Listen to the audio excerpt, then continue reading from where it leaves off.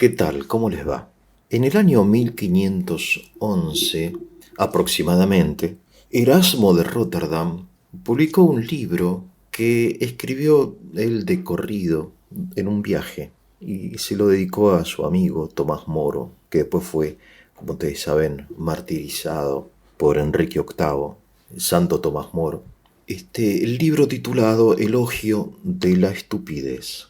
Algunos lo traducen como elogio de la locura o de la necedad. Me parece a mí que hoy podríamos con mayor justicia traducirlo como estupidez. Porque bueno, la necedad, por ejemplo, ¿no? Es un vicio moral. Dice el necio en su corazón, no hay Dios. Dice la escritura, ¿no? Etcétera. La necedad es un vicio moral que proviene de otros vicios más profundos, como la soberbia, ¿no? La lujuria. La locura nosotros la relacionamos con traumas psicológicos, ¿no? En fin, con la demencia, etcétera. Que la estupidez no es ni un vicio moral, ni un problema físico o psicológico, sino que es algo raro, porque es la renuncia a pensar. Por eso la estupidez es propio de los hombres, ¿no? Es decir, los animales no pueden pensar, los dioses piensan, el hombre puede pensar pero no piensa. O sea, interrumpe su ejercicio propio del hombre, ¿no?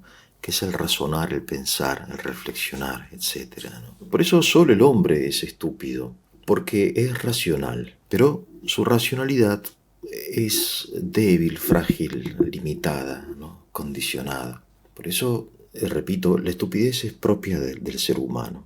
Esto es interesante. Bien, entonces decía que Erasmo escribió este libro muy popular en su época, digamos, lo que hoy llamaríamos un bestseller. Aparte, Erasmo era una gran autoridad, ¿no? Quizá la mayor autoridad en esa época del humanismo, anterior a la Reforma Protestante, ¿no? Bueno, Erasmo sobrevive a la Reforma y él se mantiene dentro de la Iglesia Católica y sin embargo señala Erasmo, ¿no? Así con agudeza y con humor. Hay capítulos que realmente te hacen aún hoy reír por la forma en que escribe, acerca, por ejemplo, de la estupidez de los, no sé, de los teólogos, ¿no? O de los filósofos, o de los gramáticos, o de los clérigos, ¿no? De los reyes, etc. Acerca de la estupidez, Santo Tomás de Aquino la trata en forma muy amplia en diversos lugares de su obra, ¿no? Y en primer lugar nos recuerda que estupidez proviene de stultitia, que a su vez proviene de estupor. El estupor es la parálisis, ¿no? La inmovilidad. Entonces, resulta que el hombre comete una estupidez cuando se paraliza, cuando pudiendo pensar no lo hace, porque algo impacta en él, impacta en su sensibilidad, en su emotividad o en sus intereses, ¿no? Lo distrae, lo frena, ¿no? Lo inmoviliza. Muy interesante el origen etimológico de la palabra estupidez, ¿no? Bien, entonces no es fácil hablar de esto porque parece que uno lo habla desde la propia soberbia, ¿no? Y entonces de la estupidez, digo yo, siempre hay que hablar en primera persona, ¿no? Yo, mi estupidez, ¿no? O en todo caso, nosotros, los hombres, ¿no? Qué estúpidos somos los seres humanos, ¿no? Como dice Tibori es un periodista, ¿no? Bueno, ya fallecido, que escribió Historia Natural de la Estupidez, que es un texto muy lindo, ¿no? Que lo pueden leer con provecho si les interesa este tema de sociología, ¿no? Porque la estupidez es un tema que se estudia en sociología o que se debería estudiar, y en psicología social, y también en moral, ¿no? Aunque les repito, la estupidez no es necesariamente un defecto moral, es transversal. Hay estúpidos dentro de los buenos y estúpidos dentro de los malos, ¿no? Por eso digo, no es fácil, ¿no? Entonces, claro, como no es un vicio moral, podríamos pensar que no es tan grave, y sin embargo nos dice Dietrich Bonhoeffer que la estupidez es peor que la maldad, siendo en su origen más inocente, porque estúpidos también son los buenos. Sin embargo, los frutos de la estupidez son peores que los frutos de la maldad. Bonhoeffer teólogo luterano alemán que observó con horror cómo los cristianos alemanes, gente piadosa, trabajadora, honesta, ¿no? Con buenas costumbres, de familia, etcétera, ¿no? Del campo, campesinos, o burgueses, o comerciantes, o profesionales, como el pueblo alemán en su mayoría se dejó seducir por el discurso primitivo, básico, ¿no? Brutal de Adolf Hitler, ¿no? Entonces, ¿cómo es posible, ¿no? Entonces Bonhoeffer reflexiona en esta carta, él estando en la cárcel, ¿no? Antes de ser colgado, murió por la horca, poco antes de que terminase la guerra, porque él había participado de un intento de asesinato, ¿no? Contra Adolf Hitler, ¿no? Finalmente, él era pacifista, siempre había sido pacifista, pero él se convenció de que tenía que hacer algo, ¿no? En fin, este caso de tiranicidio que se llama, es una figura jurídica que se estudia no solamente en la Facultad de Derecho, sino también en la moral católica, ¿no? Se habla de en qué circunstancias puede ser legítimo, moralmente legítimo, el tiranicidio. Bien, Bonhoeffer se convenció después de un tiempo, ¿no? De que debía hacer algo, pero bueno, más allá de eso, digo, en su año y medio que estuvo en la cárcel, él escribió, ¿no? Es un teólogo, un auténtico teólogo que ya había escrito algunas obras importantes, ¿no? La más conocida es El precio del discipulado, ¿no? El costo, lo traducen, del discipulado, que habla acerca del cristianismo como discipulado, ¿no? Él era luterano, pero se distancia de la jerarquía luterana que favorecía, curiosamente, ¿no? Al nacionalsocialismo, ¿no? Y él, siendo luterano, abre una propia escuela de teología, etc. Hombre muy querido, muy apreciado, no solamente dentro del movimiento protestante, sino también en el catolicismo, ¿no? En la Iglesia Católica. Es una persona apreciada. El Papa Francisco lo cita en una de sus encíclicas, ¿no? Bien, entonces digo, acerca de la estupidez, Bonhoeffer, ¿no? Y otra gran analista del espíritu humano, ¿no? Observadora, mejor dicho, Hannah Arendt, en su famosa La banalidad del mal, ¿no? Cuando ella estudia el juicio a Eichmann. Eichmann es ese nazi genocida que fue atrapado en la Argentina, sí. Fue llevado a Jerusalén, enjuiciado, condenado. Entonces ella señala que Eichmann no era un monstruo si bien digo, ¿no? Y sin embargo, que era más bien estaba más cerca del estúpido que de otra cosa, ¿no? Por eso es interesante esto, porque la estupidez es peor que la maldad. La estupidez, este es un pensamiento que creo que tenemos que recoger, ¿no? En fin, entonces hay muchos quienes han tratado acerca de la estupidez humana desde el punto de vista de la psicología, de la sociología, ¿no? El mismo San Agustín tiene un texto en sus confesiones, en el segundo libro, el llamado robo del peral, ¿no? Así lo llaman los estudiosos de Agustín. Les leo, es un texto muy lindo que él tiene de las confesiones. Había un peral en las inmediaciones de nuestra viña, cargado de peras, que ni por el aspecto ni por el sabor tenía nada de tentadoras. A la noche, dice, nos encaminamos a él, un grupo de muchachos, ¿no? Con ánimo de sacudirlo, unos cuantos mozalbetes, ¿no? Jóvenes, adolescentes. Y llevamos de él grandes cargas, no para comerlas, sino más bien para tener que echársela a los puercos. Aunque algunas comimos, pero nuestro deleite era hacer aquello que nos placía por el hecho de que estaba prohibido, ¿no? Entonces San Agustín descubre aquí, entonces como que interrumpe su relato y se dirige a Dios, como en primera persona, son confesiones, recordemos, que mi corazón te diga, oh Señor, qué era lo que allí buscaba, para ser malo de balde, y que mi maldad no tuviese más causa que la maldad. Es decir, él amaba el hecho de ser malo, ¿no? Torpe alma mía, dice, que saltando fuera de tu base ibas al exterminio no buscando algo en la ignominia, sino la ignominia misma. O sea, él robó. ¿Por qué robó? Esa es la pregunta. ¿Por qué robé? ¿Por qué robé el peral? ¿No? Si yo no tenía hambre y las peras no eran... Claro, porque uno dice, bueno, uno tiene hambre, ¿no? Va y roba. Claro, es un acto inmoral, pero es comprensible. Pero Agustín no tenía hambre, sino que simplemente él quería hacer lo prohibido por el hecho de que estaba prohibido. Pero había algo más que Agustín aquí señala, porque estaba en compañía de sus amigos. Le producía deleite por el hecho de hacer lo que hacían los demás, ¿no? Es decir, difícilmente Agustín hubiese hecho eso, ¿no? Haber robado las peras y tirado a los cerdos, estando solo, ¿no? Entonces la primera como razón o causa que podemos encontrar de la estupidez es esto del placer grupal, ¿no? El grupo, la patota, ¿no? La barra, ¿no? Las barras en los barrios, las barras en los clubes, ¿no? La barra brava, decimos aquí en la Argentina, la tribu, ¿no? Sí, lo que Girard llama el mimetismo, ¿no? Es decir, la primera razón entonces que podemos señalar de la estupidez humana, a saber, por qué pudiendo pensar dejamos de pensar, es el mimetismo, ¿no? El hombre es un animal mimético.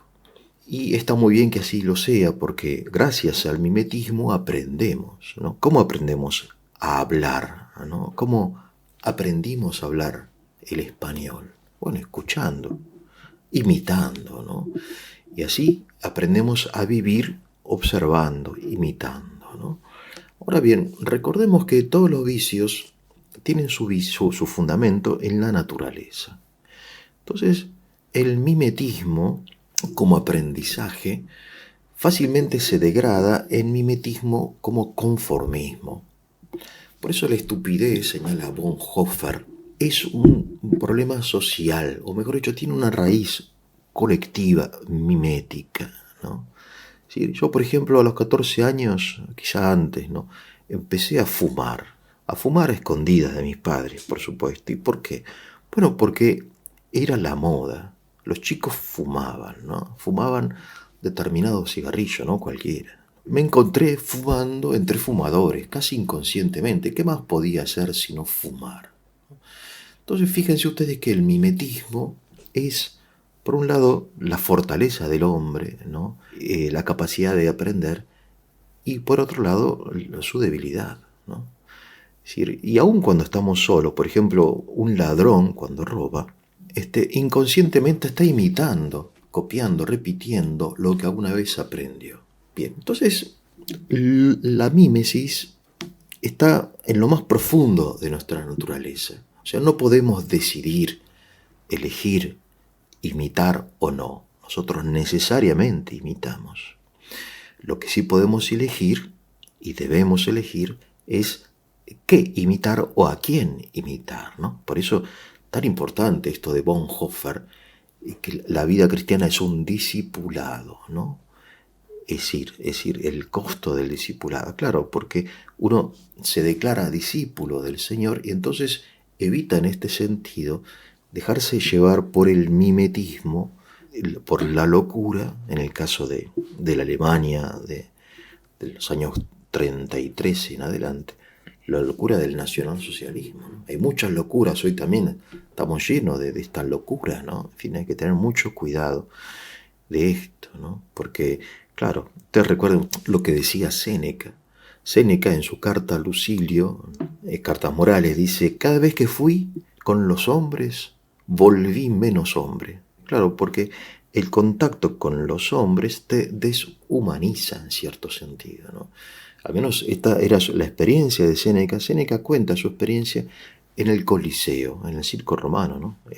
En la época de Nerón, cuando Nerón organizaba las fiestas estas, ¿no? El pan y circo, ¿no? Le entregaba pan al pueblo de Roma y les daba espectáculos, ¿no? Muy crueles de gladiadores, ¿no? Y después del incendio de Roma, cuando los cristianos fueron acusados de haber incendiado Roma, los espectáculos consistían en la muerte cruel de los cristianos, ¿no? Los cristianos a las fieras. Pues Nerón había incendiado Roma y necesitaba un chivo expiatorio. Bien. Bueno, pero eso es un poco posterior. Un poco antes, Séneca tenía que participar de estos espectáculos y él se sentía horrorizado porque era un humanista, ¿no? Es decir, un hombre compasivo. Y sin embargo, él dice que, sin darse cuenta, se veía arrastrado por la multitud y que abría los ojos y veía la sangre y escuchaba los gritos, en fin, y esa pasión, ¿no?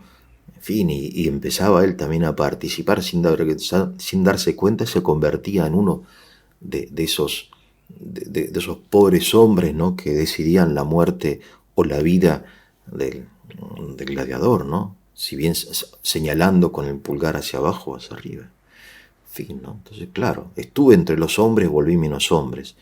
Y esto es una enseñanza que debemos, creo yo, conservar, ¿no? También nosotros, ¿no? Como el mimetismo como fuente de aprendizaje, pero también como fuente de estupidez. El mimetismo, por otro lado, está como acentuado porque nosotros, como ustedes saben, y han tenido su propia experiencia, no somos seres arrojados en el mundo, ¿no? Como dicen los filósofos existencialistas, sino que somos niños, bebés, recibidos con cariño, depositados en una cuna y alimentados, cuidados, nutridos por nuestros padres, ¿no? Entonces se imprime en nuestra mente una idea absolutamente verdadera que podríamos resumirla de la siguiente forma, ¿no? Para sobrevivir tengo que obedecer. Para sobrevivir tengo que subordinarme, ¿sí? Tengo que obedecer. Tengo que someterme a mis padres, ¿no?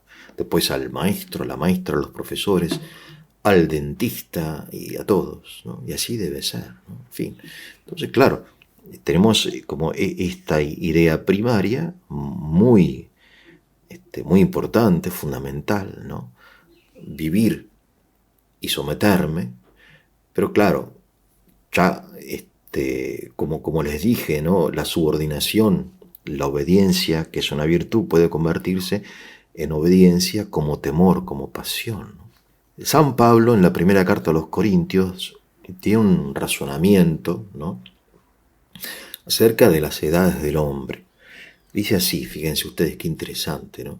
Cuando yo era niño, dice Pablo, hablando de sí mismo, hablaba como niño, pensaba como niño, razonaba como niño. Pero cuando llegué a ser hombre, dejé las cosas de niño. Claro, pero no es fácil dejar las cosas de niño porque nosotros percibimos a la niñez como una edad ideal, ¿no? Descansamos, como dice una samba argentina, ¿no? En los brazos de nuestra madre, ¿no? De nuevo en sus brazos volver a ser niño, canta el folclore argentino, ¿no? Vivir como solo se vive una vez. Claro, entonces la nostalgia de la niñez, porque el niño no tiene que decidir, no tiene que hacer las cosas solo, no tiene que hacerse responsable, quiere descansar en los brazos de su madre, ¿no? Entonces, ¿por qué no puedo hoy descansar en los brazos de mi madre? Me río porque recientemente una política española muy conocida, ministra, ella propuso cambiar el nombre de patria por el de matria. Lo van a encontrar. Es un disparate, obviamente, ¿no? Un disparate del progresismo europeo, ¿no? De la socialdemocracia. Bien, entonces, claro, por qué cambiar patria por matria? Claro, porque en el inconsciente nosotros queremos volver a ser niños, ¿no? Estar en los brazos de nuestra madre. Claro, entonces el Estado se viene a ser representado no como aquel que me oprime o al menos pretende quitarme mi patrimonio a través de impuestos, ¿no? Que es lo que es en realidad. El enemigo. No, entonces es la matria, ¿no? La matria, claro. Entonces, también en la rusa zarista, ¿no? Interesante, al zar lo llamaban padrecito, ¿no? Batyushka, padrecito. Padrecito, ¿no? ¿Qué padrecito? Es decir, padrecito cuando la mitad de los campesinos rusos eran siervos, estaban esclavizados, ¿no?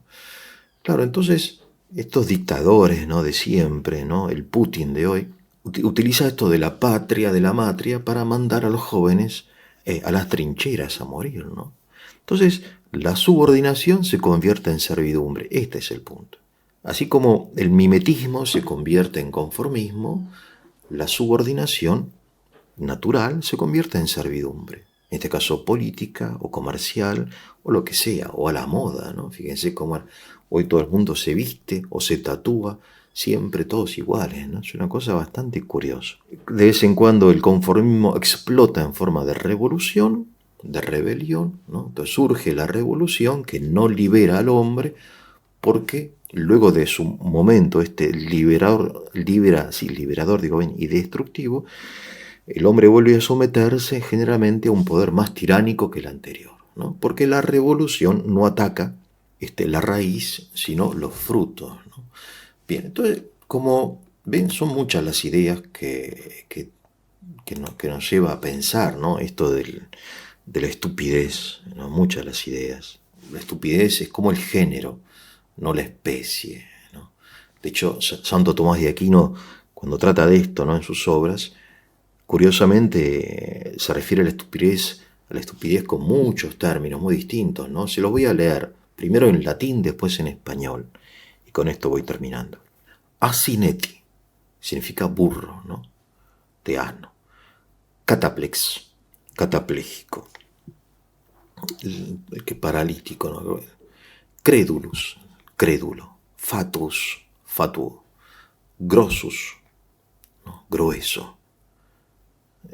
Ebes, mocho. Idiota, idiota.